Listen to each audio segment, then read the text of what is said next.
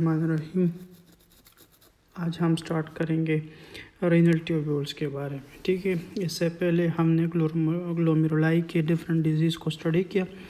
अब हम पढ़ेंगे रीनल ट्यूब्यूल्स के बारे में। आपको पता है कि रीनल ट्यूब्यूल को नेफ्रॉन भी कहते हैं। नेफ्रॉन के डिफरेंट पार्ट्स है, जैसे proximal convolute tubule, descending loop of Henle, early part of डिसेटिन, लेट पार्ट ऑफ डिसेटिन, ascending loop of Henle and collecting duct. ठीक है, तो हम इसकी रीनल ट्यूब्यूल की एनाटॉमी, फिजियोलॉजी, इसकी पैथोलॉजी, फार्माकोलॉजी सब इंशाल्लाह इसमें कवर करेंगे। तो जनाब, सबसे पहले पढ़ते हैं कि प्रॉक्सिमल कन्वोल्यूटेड ट्यूब्यूल के ऊपर कौन सी एंजाइम या कौन सी ड्रग्स काम करते हैं। तो इसके ऊपर कार्बोनिक एनहाइड्रेज इनहिबिटर काम करते हैं। तो इससे मतलब ये है कि यहाँ पर एक एंजाइम है जिसे कार्बोनिक एनहाइड्रेज कहते हैं, उसको इनहिबिट करने वाली जितनी ड्रग है वो यहाँ पर काम करेगी। Ascending loop of Henley, ascending loop of Henley का काम यही है कि ये हमारा जो यूरिन है या जो फिल्ट्रेट है उससे तकरीबन 25% वाटर ये रीअब्जॉर्ब करती है। ठीक है, तो उसको रोकने के लिए जो दवाई इस्तेमाल होती है उसे हम कहते हैं ऑस्मोटिक डायरेटिक्स। ऑस्मोटिक डायरेटिक का मशहूर ज़माना ड्रग जो है वो है मैनिटोल। मैनिटोल जो ICP, इंट्राक्रैनियल प्रेशर या सेरेब्रल एडिमा के पेशेंट में यूज़ होता है। ठीक है, इस ड्रग का काम क्या है? इस ड्रग का काम ये है कि ये क्या करते हैं, ये वो जो 25% water descending loop of Henley absorb कर रहा था, ये अब इसकी एब्जॉर्प्शन को स्टॉप करता है। अब जनाब पढ़ते हैं ascending loop of Henley. Ascending loop of Henley थोड़ा बहुत हमने पढ़ा है कि ये क्या करता है, ये सोडियम, कैल्शियम, मैग्नीशियम, क्लोराइड, इन तमाम आयंस की क्या करता है, री एब्जॉर्प्शन करता है। ठीक है, अर्ली पार्ट ऑफ डेसिटी के ऊपर थायजाइड डायरेटिक काम करते हैं और असेंडिंग लूप ऑफ हेनली के ऊपर लूप डायरेटिक्स, और लेट पार्ट ऑफ डेसिटी के ऊपर पोटाशियम स्पेयरिंग डायरेटिक्स काम करते हैं। ठीक है, अब यहाँ पर कुछ क्लूज़ लिखे हुए हैं, इस क्लूज़ को याद करना ज़रूरी है। लिखा है कि any drug which can work on extreme end of the nephron PCT can cause non-anion gap metabolic acidosis। ठीक है, इसका मतलब ये कि वो ड्रग जो यहाँ पर काम करती है DCT के ऊपर और वो ड्रग जो यहाँ पर काम करते हैं PCT के ऊपर, यानी नेफ्रॉन्स के दोनों एंड के ऊपर जो ड्रग काम करते हैं वो non anion gap metabolic acidosis cause करेंगे। Anion gap metabolic acidosis, non anionic gap metabolic acidosis. आपने इसके बारे में बिल्कुल परेशान नहीं होना, हमारे लास्ट 4 लेक्चर इसी के ऊपर होंगे। ठीक है, बस आप इतना इधर याद रखिए कि DCT और PCT के ऊपर जो ड्रग काम करते हैं उसका साइड इफ़ेक्ट क्या होगा, उसका साइड इफ़ेक्ट होगा non anion gap metabolic acidosis. ठीक है, इसका एक खूबसूरत निमोनिक बनता है, इसको कहते हैं नगमा। ठीक है जी, non anion gap metabolic acidosis. ठीक है, तो ये दोनों ड्रग का साइड इफ़ेक्ट हो गया। अच्छा जी, जो लूप डायरेटिक्स है और थायजाइड डायरेटिक्स है, ये क्या करते हैं, ये कंट्रैक्शन मेटाबॉलिक अल्कलोसिस का करते हैं। ये क्या, ये मेटाबॉलिक अल्कलोसिस का करते हैं। अच्छा, एक क्लू और, इसको टोटके कहते हैं। ये टोटके एग्ज़ाम में बड़े काम आते हैं ना, इसलिए इसको बताना ज़रूरी है। ये जो लूप डायरेटिक्स है और थायजाइड डायरेटिक्स है, ये मेटाबॉलिक अल्कलोसिस का करते हैं। ठीक है, और जितनी भी ड्रग है, पोटाशियम स्पेयरिंग डायरेटिक्स के अलावा जितनी भी ड्रग है, ये तमाम ड्रग क्या काज करते हैं, दे विल काज हाइपोकैलेमिया। ये पोटाशियम की लेवल को कम करते हैं, और पोटाशियम स्पेयरिंग डायरेटिक्स जो है ये पोटाशियम के लेवल को बढ़ाते हैं, दे विल काज हाइपरकैलेमिया। ठीक है, तो दोबारा मैं टोटको को रिपीट करता हूँ।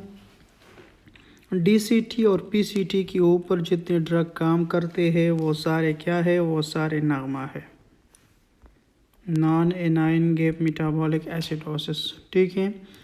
Loop diuretics and thiazide diuretics they cause metabolic alkalosis. ठीक है।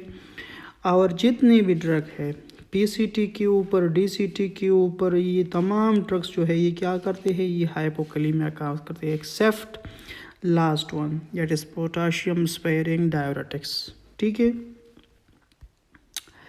अब जनाब पढ़ते हैं the classification of diuretics. Diuretics की क्लासिफिकेशन पढ़ते हैं। तो जनाब PCT के ऊपर या प्रॉक्सिमल कन्वोल्यूटेड ट्यूब्यूल के ऊपर कौन सी डक्ट इफेक्ट करती है, तो वो है carbonic anhydrase inhibitor. Carbonic anhydrase inhibitor में कौन सी ड्रग शामिल है, एसीटाजोलामाइड एंड डोरजोलामाइड, यानी दोनों के एंड में जोलामाइड आते हैं। ठीक है। फिर जनाब आते हैं डिसेंडिंग लूप ऑफ हेनली के ऊपर। डिसेंडिंग लूप ऑफ हेनली में मैनिटोल काम करता है। क्या काम करता है, 25% वाटर को जो लूप ऑफ हेनली क्या करता है, रीअब्जॉर्ब करता है, उसकी रीअब्जॉर्प्शन को रोकता है। लेकिन हमारे बॉडी में दो ऐसी एलिमेंट्स मौजूद हैं जो क्या करते हैं, वर्क लाइक मैनिटोल, जो मैनिटोल की तरह काम करते हैं, जैसे हाइपरग्लाइसीमिया। ठीक है। जब भी हमारे ग्लूकोज की वैल्यू मोर देन 250 मिलीग्राम पर डेसीलीटर हो जाए, तो जो वाटर यहाँ पर डिसेंडिंग लूप ऑफ हेनली के अंदर एब्जॉर्ब हो रही थी, अब वो एब्जॉर्ब नहीं होगी, वही ग्लूकोज क्या करेगा, इसको अपने साथ ले जाएगा। ठीक है। इसके लिए मैंने नोट लिख दिया आप लोगों के लिए, all glucose will absorb 100% at PCT. Normally when the glucose is more than 250 milligram per deciliter, now the glucose will move from PCT. Now it came to descending loop of Henle. It hold the water and the water cannot absorb. So cause polyuria, polydipsia, polypepsia. तो ये जो तमाम के sign symptoms है ये आपको उस वक्त मिलेंगे जब भी बॉडी के अंदर क्या होगी, ग्लूकोज की वैल्यू 25% से 250 से मिलीग्राम पर डेसीलीटर से ज़्यादा होगी। एक बात और, दूसरी बात आप याद रखिए कि जब भी प्रेगनेंसी के अंदर क्या होता है, ये पॉइंट हम PCT के ऊपर डिस्कस करेंगे, लेकिन आप इतना याद रखिए कि PCT 100% ऑक्सीजन को एब्जॉर्ब करती है, लेकिन प्रेगनेंसी के वक्त क्या करती है, 100% इसको एब्जॉर्ब नहीं कर सकती। ठीक है। ये उस वक्त पढ़ेंगे। तो हमारे बॉडी के अंदर ऐसी कंडीशन है जैसे हाइपरग्लाइसीमिया और हाइपरकैल्सीमिया, ये दोनों ऐसी कंडीशन है जो मैनिटोल की तरह काम करते हैं और डिसेंडिंग लूप ऑफ हेनली पर 25% वाटर की एब्जॉर्प्शन को क्या करती है, स्टॉप करती है। ठीक है। अब आते हैं जनाब एसेंडिंग लूप ऑफ हेनली के ऊपर। एसेंडिंग लूप ऑफ हेनली के ऊपर लूप डायरेटिक्स काम करती है। ठीक है। लूप डायरेटिक्स जो है वो क्या है, वो है फ्यूरासेमाइड और एथेक्रेनिक एसिड। ये वो ड्रग है जो लूप डायरेटिक्स में शामिल है और हमारे एसेंडिंग लूप ऑफ हेनली के ऊपर काम करते हैं। ठीक है। अब आते हैं जनाब the early part of DCT। Early part of DCT के ऊपर थायाजाइड डायरेटिक्स काम करते हैं। थायाजाइड डायरेटिक्स को याद करने के लिए ये निमोनिक है, हिम्ब। ठीक है। हिम्ब हाइड्रोक्लोरोथायाजाइड, इंडापामाइड, मिथोलाजोन एंड पेंड्रोफ्लोमीथायाजाइड। मिथोलाजोन जिसको इससे पहले हमने नेफ्रोटिक सिंड्रोम की मैनेजमेंट में पढ़ा था। ठीक है। तो हाइड्रोक्लोरोथायाजाइड, इंड्रोपामाइड, मिथोलाजोन और बेंड्रोफ्लोमीथायाजाइड ये क्या है, ये अर्ली पार्ट ऑफ DCT के ऊपर काम करते हैं और ये क्या है, दे आर थायाजाइड डायरेटिक्स। अब आती है जनाब लेट पार्ट ऑफ DCT के ऊपर। लेट पार्ट ऑफ DCT के ऊपर कौन से ड्रग काम करते हैं, they are potassium sparing diuretics. Potassium sparing diuretics हमारे पास दो किस्म के हैं, को कहते हैं सोडियम चैनल ब्लॉकर, दूसरे को कहते हैं aldosterone receptor blockers. Sodium channel blocker के अंदर एमाइलोराइड, ट्राइमेट्राइन और एल्डोस्टेरोन रिसेप्टर ब्लॉकर के अंदर स्पाइरोलेक्टोन शामिल है। ठीक है, ये बात हमने पहले भी डिस्कस की थी कि नेप्रोजेनिक डायबिटिस इंसिपिडस के अंदर हम इंसेट्स को इस्तेमाल करते हैं और बेनफ्रोमी थायजाइड को इस्तेमाल करते हैं। ये एंडोक्राइन के अंदर इंशाल्लाह बड़े डिटेल के साथ पढ़ेंगे। ठीक है, अब आते हैं जनाब प्रोक्सिमल कन्वोलेटेड ट्यूब्यूल के ऊपर। तो प्रोक्सिमल कन्वोलेटेड ट्यूब्यूल के अंदर हम इसकी हिस्टोलॉजी पढ़ेंगे, हम इसकी अनाटमी पढ़ेंगे, हम इसकी फिजियोलॉजी पढ़ेंगे, हम इसकी पैथोलॉजी पढ़ेंगे और फिर इसकी फार्माकोलॉजी पढ़ेंगे। ठीक है, अच्छा, इसकी हिस्टोलॉजी शुरू करने से पहले आप ये बात याद रखें कि it is the first part of the nephron. ठीक है, first part of the nephron जहाँ से फिल्ट्रेशन जो है रीअब्जॉर्प्शन शुरू होती है, यानी न्यूरॉन के अंदर जो रीअब्जॉर्प्शन शुरू होती है वो प्रोक्सिमल कन्वोलेटेड ट्यूब्यूल से शुरू होती है। प्रोक्सिमल कन्वोलेटेड ट्यूब्यूल कौन से सेल से बना हुआ है? They are form by the simple cuboidal epithelium. ये सिंपल क्यूबॉइडल एपिथेलियम से बना है। ठीक है, और इन दोनों के अंदर क्या है? टाइट जंक्शन है। टाइट जंक्शन का मतलब यही नहीं है कि इससे एक दूसरे को जो सॉल्यूट है या सॉल्वेंट है या एलिमेंट है वो एक दूसरे से ही ट्रांसफ़र नहीं होंगे, बल्कि ये सिर्फ नाम का टाइट जंक्शन है और इससे ट्रांसपोर्ट होती है। बेजोलेटरल फोल्डिंग विद माइटोकॉन्ड्रिया, इसके एक साइड पर देखें तो आपको बेजोलेटरल फोल्डिंग मिल जाएंगे जिसे ब्रश बॉर्डर कहते हैं। ठीक है, तो ये बेजोलेटरल फोल्डिंग इसके अंदर क्या होगी? माइटोकॉन्ड्रिया होगी और आपको एक सोडियम पोटाशियम एटीपीएस पंप मिलेगा। सोडियम पोटाशियम एटीपीएस 2 सोडियम को बाहर फेंकता है और 2 क्लोराइड को अंदर की तरफ ले जाता है। ठीक है, ये सोडियम पोटाशियम पंप का काम है। Luminal membrane of cuboidal will have different transporter. जो ल्यूमिनल मेम्ब्रेन है इसके अंदर मुख्तलिफ ट्रांसपोर्टर है, जैसे इसके अंदर शामिल है सोडियम ग्लूकोज ट्रांसपोर्ट। ठीक है, जैसे यहाँ पर लिखा गया है सोडियम फैटी एसिड ट्रांसपोर्टर। ठीक है, सोडियम अमाइनो एसिड को ट्रांसपोर्टर, सोडियम फास्फेट को ट्रांसपोर्टर, सोडियम लैक्टेट को transporter and sodium hydrogen counter transporter. ये तमाम ट्रांसपोर्टर है जो हमारे पीसीटी के सेल्स के ऊपर प्रेजेंट है। ठीक है, और इन तमाम का काम क्या है? रीअब्सॉर्प्शन। ठीक है, अब जनाब आते हैं 5th पॉइंट के ऊपर कि cells of the PCT have serpentine receptor for PTH. जो भी हमारे सेल्स हैं ये हमारे पीसीटी सेल्स के ऊपर क्या है? पैराथायराइड हार्मोन के लिए 1 2 3 4 5 7 ये सर्पेंटाइन रिसेप्टर जो है पीटीएच के लिए यहाँ पर प्रेजेंट है। ठीक है, अब जनाब इसके ऊपर अब पीसीटी के अंदर तकरीबन 3 एंजाइम है: adenylyl साइक्लेज, carbonic anhydrase, alpha 1 hydroxylase. ठीक है, एडिनाइल साइक्लेज पैराथायराइड हार्मोन।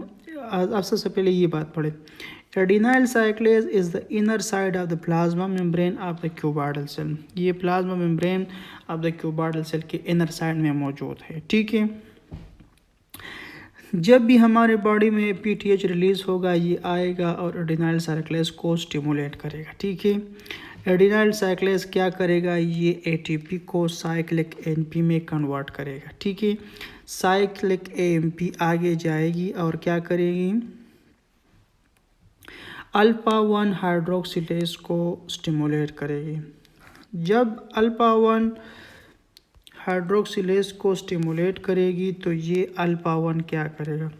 ये अल्फा 1 कैल्सिडायोल को कैल्सिट्रायोल के अंदर कन्वर्ट करेगा। ये कैल्सिट्रायोल क्या है? ये विटामिन डी है, लेकिन कौन सी विटामिन डी है? They are active vitamin D. ठीक है, तो अल्फा हाइड्रोक्सिलेज एंजाइम इसको PTH के ज़रिए क्या करेगा, स्टिमुलेट करेगा। ठीक है, ये विटामिन डी को एक्टिवेट करेगा। कार्बनिक एनहाइड्रेस कौन सी एंजाइम है, ये सेल ऑफ द PCT के ऊपर प्रेजेंट है and they are also present on the lumen membrane. ठीक है, और ये कार्बनिक एनहाइड्रेस क्या काम करता है, कार्बनिक एनहाइड्रेस ये काम करता है कि ये कार्बन डाइऑक्साइड और हाइड्रो और वाटर को इकट्ठे करते हैं, इसको मिलाते हैं और इससे H2CO3 बनाता है। ये H2CO3 दोबारा डिसोसिएट होते हैं, हाइड्रोजन और बाइकार्बोनेट इससे बनते हैं। और वो ड्रग जो कार्बनिक एनहाइड्रेस को इनहिबिट करते हैं उसे हम कहते हैं एसीटाजोलामाइड। एसीटाजोलामाइड हमने पढ़ा कि दे आर कार्बनिक एनहाइड्रेस इनहिबिटर्स, और ये वो कार्बनिक एनहाइड्रेस एंजाइम है। ठीक है, अब जनाब पढ़ते हैं इसकी फिजियोलॉजी। इसकी फिजियोलॉजी को अगर आप देखें तो फर्स्ट काम इसका ये है कि ये विटामिन डी को एक्टिवेट करता है। ठीक है, दूसरा काम ये क्या करता है, सिक्रीशंस ऑफ यूरिक एसिड करता है। ठीक है, ये हम लास्ट में पढ़ेंगे कि इसका मतलब क्या है। रीअब्जॉर्प्शन ऑफ द फिल्ट्रेट करते हैं, ये PCT के ऊपर एब्जॉर्प्शन होती है। कौन सी रीअब्जॉर्प्शन होती है, 100% रीअब्जॉर्प्शन होती है। किस चीज़ की, ग्लूकोज की, अमाइनो एसिड की, फैटी एसिड की, लैक्टेट की और बाइकार्बोनेट की। इन तमाम इंग्रेडिएंट्स की 100% रीअब्जॉर्प्शन होती है। 85% रीअब्जॉर्प्शन जो है वो फॉस्फेट की होती है। ठीक है, और जो फॉस्फेट का रिमेनिंग 15% है they will loss in urine, वो यूरिन में लॉस हो जाएगा। ठीक है, 67% किस चीज़ को एब्जॉर्ब करती है, 67% सोडियम, पोटाशियम और वाटर को रीअब्जॉर्ब करती है। अगर आप पुराने लेक्चर को ज़रा याद में लाए तो हमने पढ़ा था सीरम ऑस्मोलैरिटी। सीरम ऑस्मोलैरिटी के लिए हमने फार्मूला लिखा था कि 2 × sodium plus potassium plus blood sugar divided by 18 plus blood urea nitrogen divided by 2.8। ठीक है, तो इसके अंदर हमने ये चार चीज़ें पढ़ दी कि सोडियम है, पोटाशियम है, ब्लड शुगर लेवल है और ब्लड यूरिया नाइट्रोजन है। ये ऑस्मोलैरिटी के सबसे इम्पॉर्टेंट सॉल्यूट है। ठीक है, तो ये तमाम सॉल्यूट जो है ये क्या करते हैं, ये आइसो ऑस्मोलैरिटी बनाते हैं। ठीक है, अब इसका जो बाकी हिस्सा है 67% से बाकी जो हिस्सा है वो नेफ्रॉन के डिफरेंट और टाइप्स में रीअब्जॉर्ब होती है, उसको उधर ही पढ़ेंगे।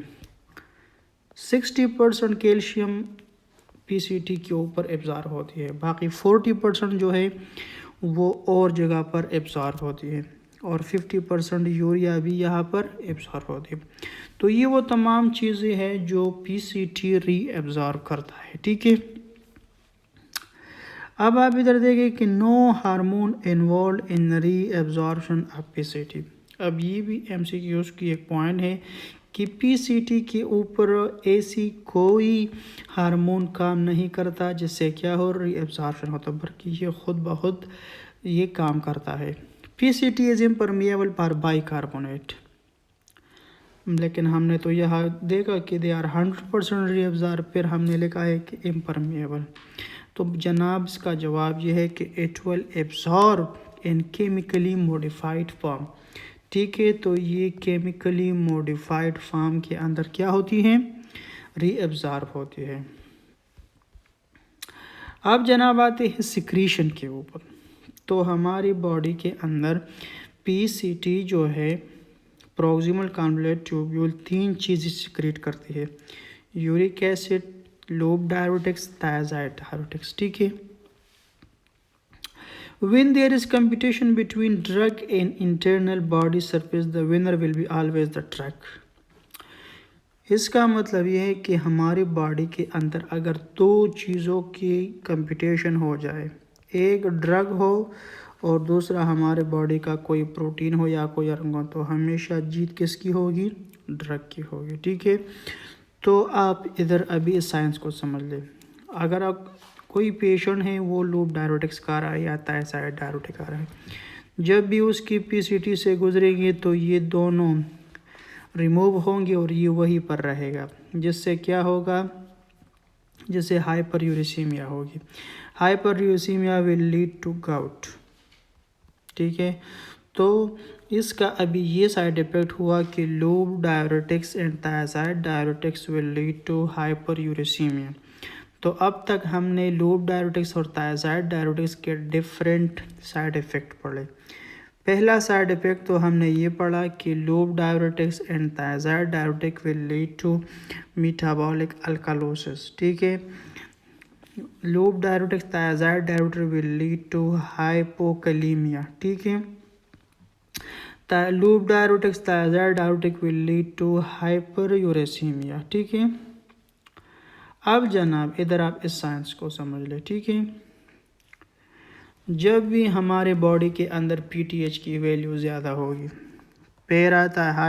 हाइपर पैराथायराइडिज्म होगा। जब भी हाइपर पैराथायराइडिज्म होगा तो इसका मतलब ये है कि पैराथायराइड हार्मोन ज़्यादा बनेगा, एडिनाइल साइक्लेस को ज़्यादा स्टिमुलेट करेगा। एडिनाइल साइक्लेस को ज़्यादा स्टिमुलेट करेगा तो एटीपी को साइक्लिक एमपी में ज़्यादा कन्वर्ट करेगा। तो जनाब आपकी यूरिन में साइक्लिक एमपी की वैल्यू ज़्यादा होगी। अगर किसी पेशेंट की यूरिन में साइक्लिक एमपी की वैल्यू आपको ज़्यादा मिले तो इट मीन्स कि ये क्या है, प्राइमरी हाइपर पैराथायराइडिज्म है।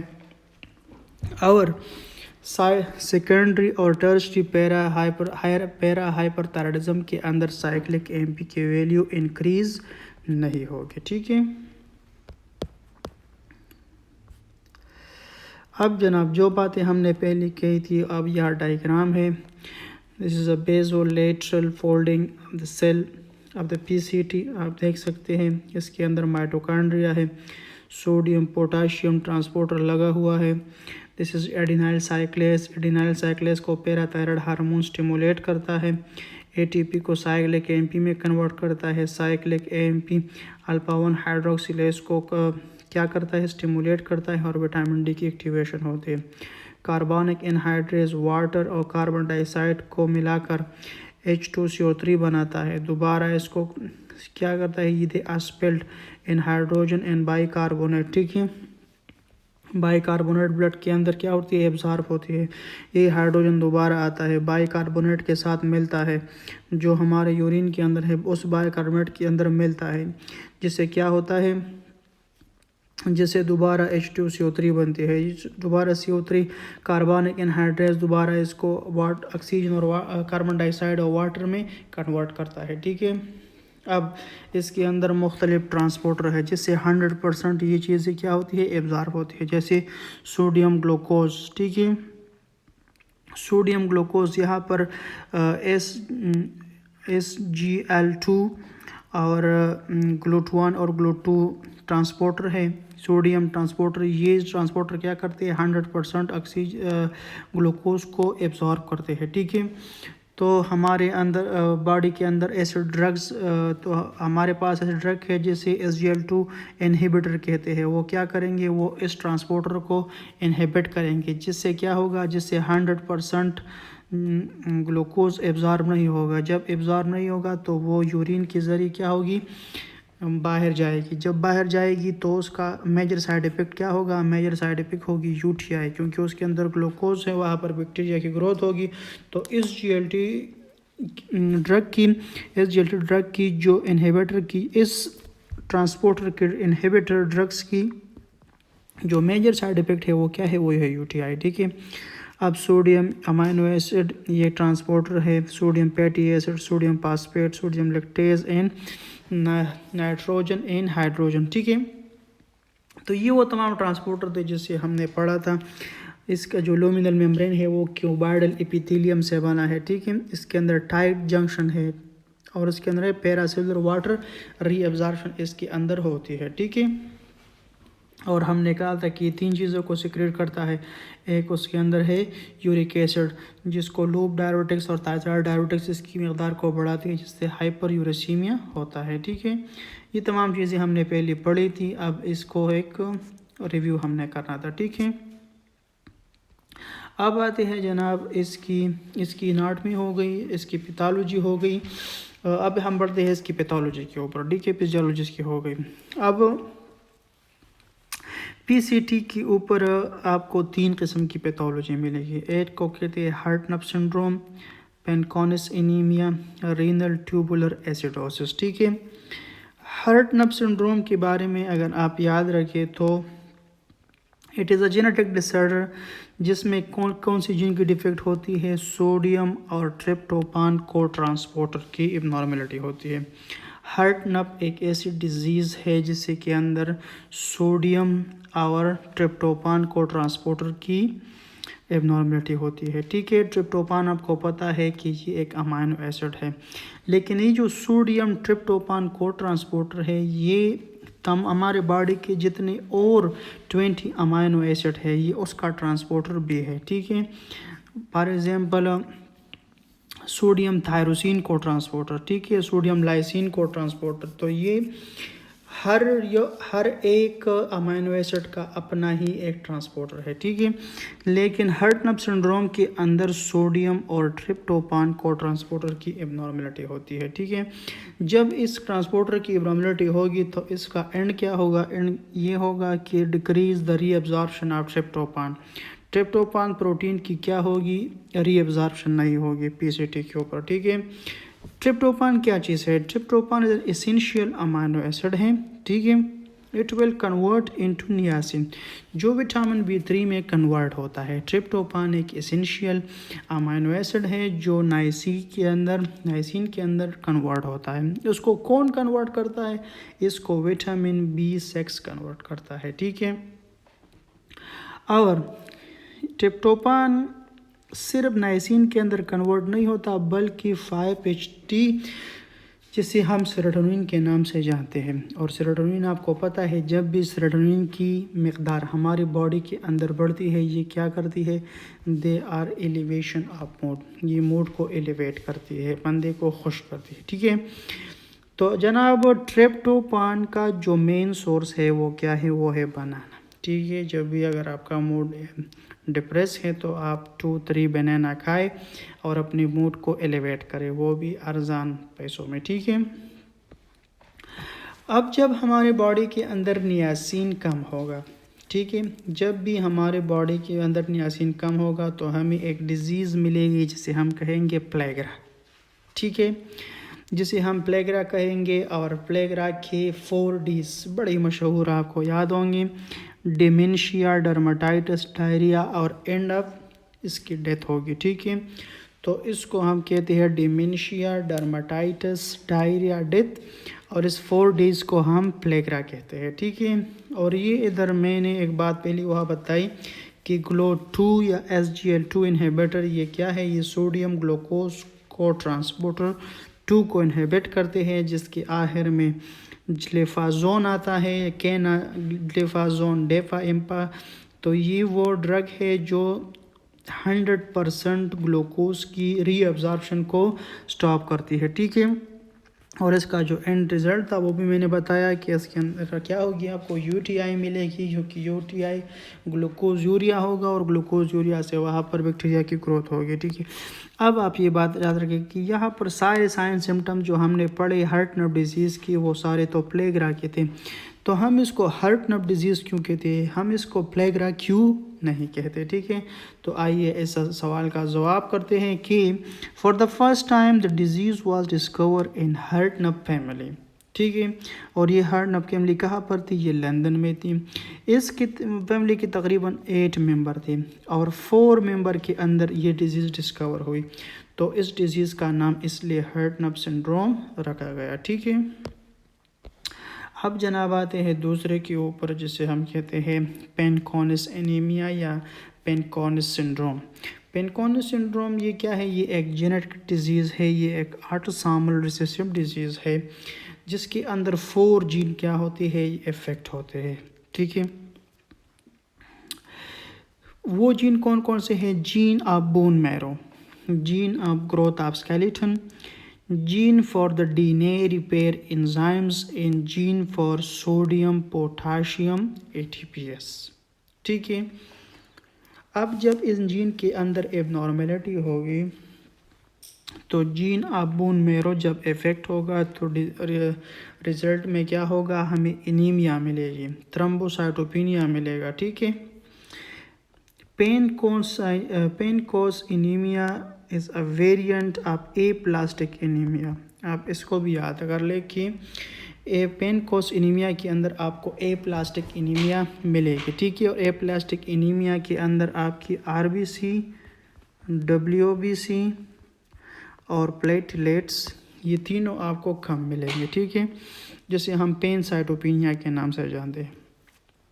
Gene of growth of skeleton के अंदर जब डिफेक्ट होगा तो शॉर्ट हाइट होगी, स्मॉल स्टेचर होगा। ठीक है। हमारे बॉडी के अंदर डेली 5000 से लेके 10,000 तक जीनोम डेली इंजरी होते हैं। ठीक है। किस वजह से? रेडिएशन की वजह से, वायरस की वजह से और केमिकल की वजह से।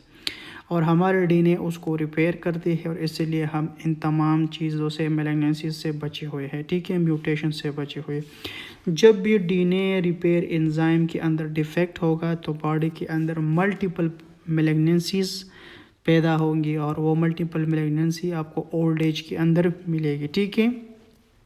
और क्योंकि ये तो एक जेनेटिक डिसऑर्डर है तो वक्त से पहले भी आपको डिफरेंट चीज़ें मिल सकती है। Gene of the sodium and potassium ATPase के अंदर जब डिफेक्ट होगा तो क्या होगा? Small size kidney. अगर आप इसी सब्जेक्ट के पहले लेक्चर को देखें तो हमने उधर लिखा था कि जब भी किडनी की साइज़ लेस देन 8 सेंटीमीटर हो जाए उसे हम कहते हैं स्मॉल साइज किडनी। और स्मॉल साइज किडनी की एक डिफरेंशियल डायग्नोज हमने पिनकोनिस एनीमिया लिखा था। ठीक है। तो वो मसला भी इधर हल हो गया। Glucose urea. ठीक है। Glucose urea, fatty acid urea, lactate urea, amino acid urea. तो वो तमाम चीज़ें जो 100% यहाँ पर सोडियम पोटाशियम एटीपीएस की वजह से हमारे पीसीटी के अंदर रीअब्ज़ॉर्ब हो रहे थे, अब वो तमाम क्या होगी? सिक्रेट होगी, जिसके अंदर हमें क्या मिलेगा? ग्लूकोज यूरिया मिलेगा, फैटी एसिड यूरिया मिलेगा, लैक्टिक एसिड यूरिया मिलेगा और अमाइनो एसिड यूरिया मिलेगा। ठीक है। अब पेनकोनिस एनीमिया के डिफरेंट काजेज़ है, जैसे विल्सन डिजीज़ आप सब जानते हैं।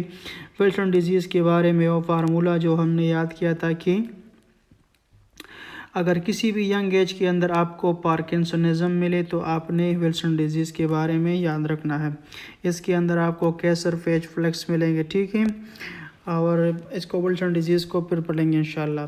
अगर किसी भी यंग एज के अंदर आपको लीवर और न्यूरोलॉजिकल सिम्टम मिले तो इसका मतलब ये कि विल्सन डिजीज़ है। इसके तमाम फार्मूले उधर पढ़ेंगे। Transaminemia, glycogen storage disorder, ischemia, multiple myeloma. और ऐसे ड्रग भी है जो पिनकोनिस एनीमिया काज कर सकती है या पिनकोनिस सिंड्रोम काज कर सकते हैं, सिस्प्लाटिन, टेनोफेवर, आइफोपामाइड, लीड पॉइजनिंग। ठीक है। ये वो तमाम चीज़ें हैं जो ये फर्स्ट एड के अंदर लिखी हुई है। ठीक है। आप वहाँ से देख सकते हैं। तो पेनकोनिस एनीमिया या Fanconi's syndrome they are the pathology of PCT. ठीक है। Proximal convoluted tubules.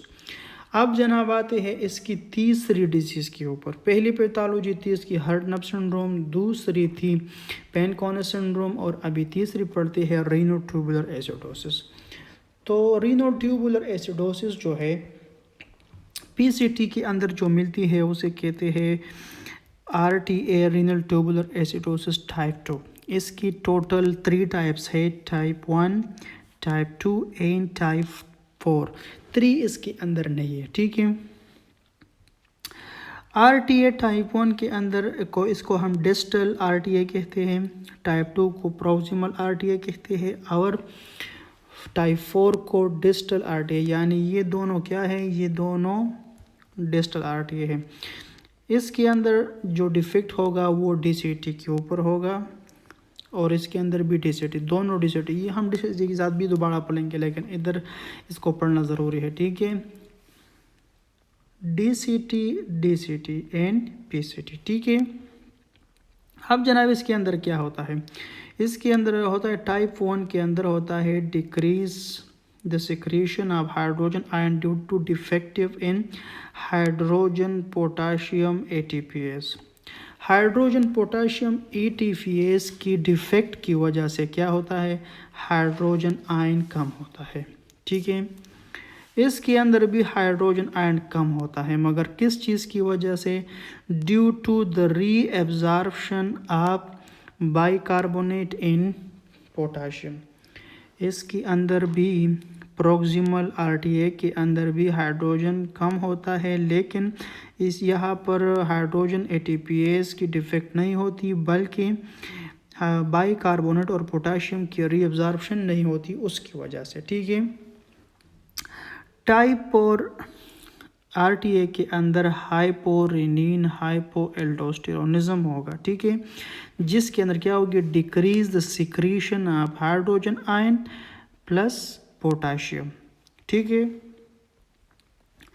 टाइप 1 जो है ये एक जेनेटिक डिसऑर्डर है, टाइप 2 जेनेटिक डिसऑर्डर है, और टाइप 3 जो है ये एक एक्वायर्ड डिसऑर्डर है। ठीक है, टाइप 1 के अंदर हमें क्या मिलेगी, हमें अल्कलाइन यूरिन मिलेगी। उस अल्कलाइन यूरिन की वजह क्या है, due to decrease hydrogen ion in urine. Hydrogen ion urine के अंदर कम होगी, तो इस वजह से हमें अल्कलाइन यूरिन मिलेगी। ठीक है, अब जनाब आते हैं टाइप 2 के अंदर भी हमें अल्कलाइन यूरिन मिलेगी, लेकिन काज इसका चेंज होगा। वो क्यों कि इसमें बाइकार्बोनेट, यूरिन के अंदर बाइकार्बोनेट अभी ज़्यादा होगी। ठीक है, और इसके अंदर भी अल्कलाइन यूरिन हमें मिलेगी, और इसके अंदर भी यूरिन के अंदर हाइड्रोजन आयन नहीं होंगे।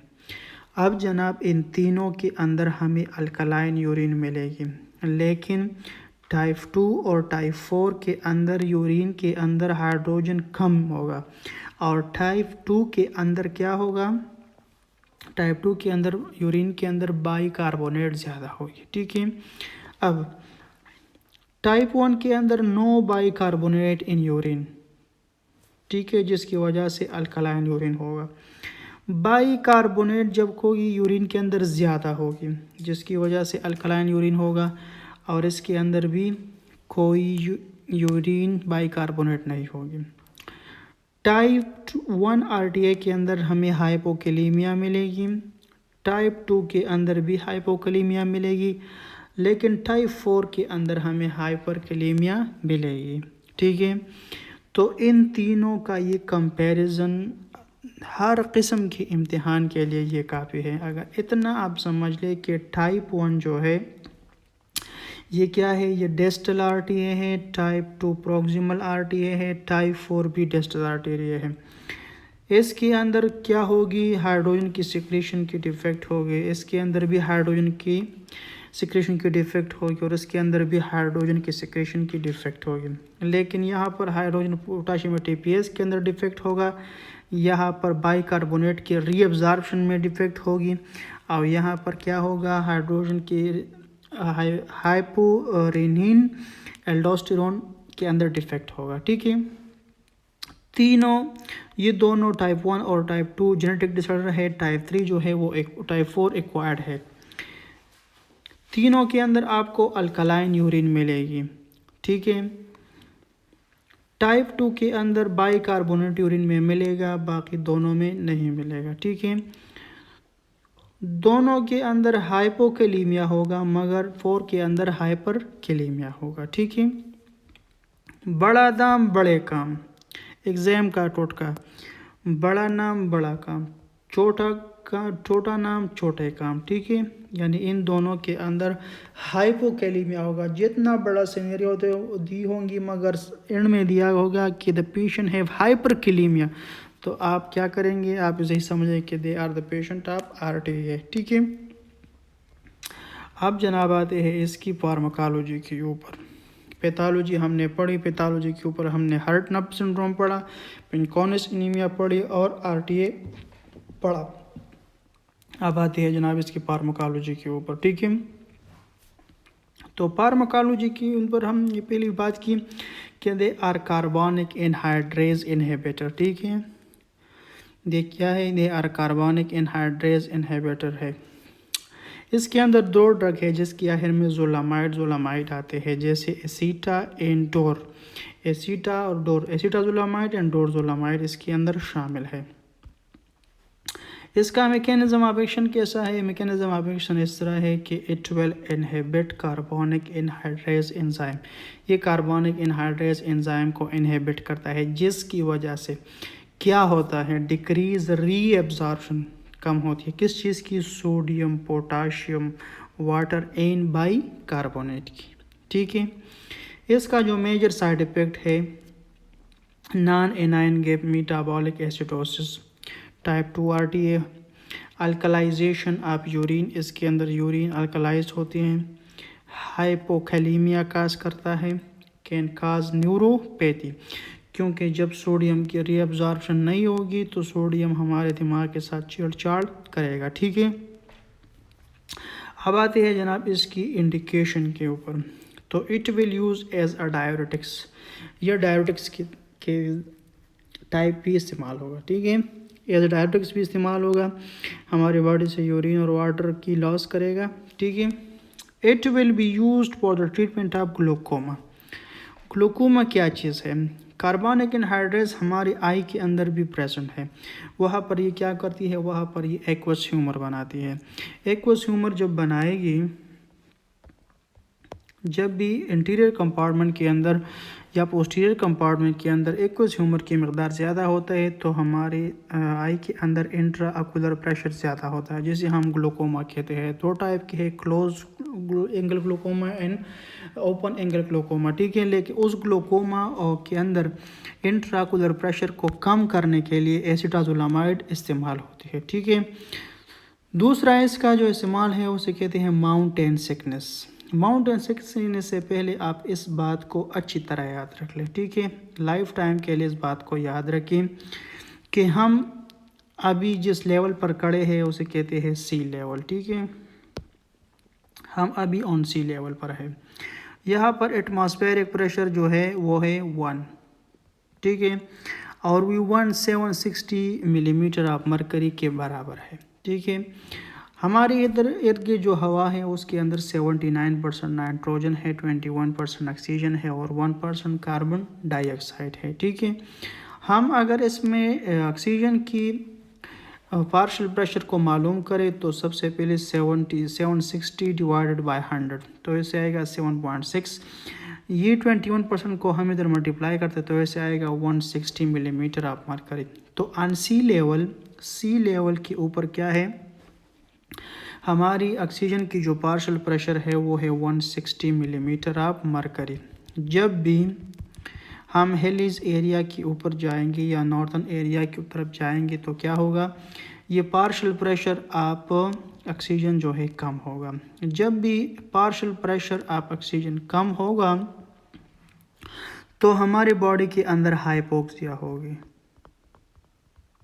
ठीक है, तो हमारे बॉडी के अंदर जितनी ब्लड वेजल्स है वो दो टाइप के, एक है पल्मोनरी और एक है सिस्टेमिक। जो पल्मोनरी वास्कुलेचर है वो क्या करेंगे? वो कंस्ट्रिक्ट कर जाएंगे। ठीक है, वो कंस्ट्रिक्ट होंगे, और जो सिस्टेमिक वास्कुलेचर है वो क्या होगी? वो डायलेट होंगे। जब भी less than 160 millimetre of mercury होगा, हाइपोक्सिया होगा, पल्मोनरी वास्कुलेचर कंट्रैक्ट करेंगे, और इसी कंट्रैक्शन के लिए क्या करेगा? अब ये हार्ट ज़्यादा फोर्स लगाएगा। ज़्यादा फोर्स जब हार्ट लगाएगा तो क्या होगा? जो फ्लूइड है वो पल्मोनरी वास्कुलेचर से थोड़ा ओज आउट होगा, जिससे पल्मोनरी एडिमा बन जाएगी। ठीक है, और उसी पल्मोनरी एडिमा की वजह से जो शॉर्टनेस ऑफ ब्रेथ प्रोड्यूस होगी या कोई और साइन सिम्टम प्रोड्यूस होगा उसे हम कहते हैं माउंटेन सिकनेस। ठीक है, तो इसको इस तरह मैंने लिखा है कि in mountains the pulmonary vasculature contract due to hypoxia. The right heart will push blood forcefully, due to which some of the water ooze out in the lungs interstitium, and pulmonary edema will form and shortness of breath will produce। ठीक है, तो इसको कहते हैं mountain sickness, ठीक है। और mountain sickness के लिए जी जो पहाड़ी लोग हैं ये क्या आपको एडवाइस करेंगे, आपको खुबानी एडवाइस करेंगे कि अगर आपने माउंटेन पर चलना है और शॉर्टनेस ऑफ ब्रेथ से वर्टाइगो से वोमिटिंग से अपने आप को बचाना है तो आप ये खुबानी खा लें, ठीक है। तो acetazolamide is a drug of choice for the mountain sickness at high altitude पे है, ठीक है। ये इसकी तीसरी इस्तेमाल हो गई। और फिर जनाब आते हैं the use of the elimination of acidic drug. Acidic drug क्या, for example salicylic acid intoxication, ठीक है। आपको पता है कि जब भी हमारे घरों में थोड़े झगड़े मोले होते हैं तो दो चीज़ें ज़्यादा मिलती है, एक डिस्प्रिन और दूसरे क्या, एक डिस्प्रिन मिलती है और दूसरे जनाब पेनाडोल मिलता है, ठीक है। जब भी इसको खाते हैं डिस्प्रिन जो है ये क्या है, they are salicylic acid, they are acid है, ठीक है। जब भी इनकी इंटॉक्सिसिटी होगी तो इसको यूरिन को फिल्टर करने के लिए क्या ज़रूरी है, हम पेशेंट को एसीटाजोलामाइड देंगे। एसीटाजोलामाइड क्या देंगे, ये इसकी रीएब्जॉर्प्शन को कम करेगी और इसकी एक्सक्रीशन को बढ़ाएगी, ठीक है। ये क्या कहते हैं, दे आर वीक एसिड। जब वीक एसिड होगा तो हमारे बॉडी के अंदर क्या होगी, हमारे बॉडी के अंदर एसिडोसिस होगी, ठीक है। तो एसीटाजोलामाइड जो है ये क्या करता है, एसीटाजोलामाइड एसिडिक ड्रग की एलिमिनेशन को बढ़ाता है और खासकर ये सैलिसिलिक एसिड इंटॉक्सिकेशन के अंदर इस्तेमाल होती है।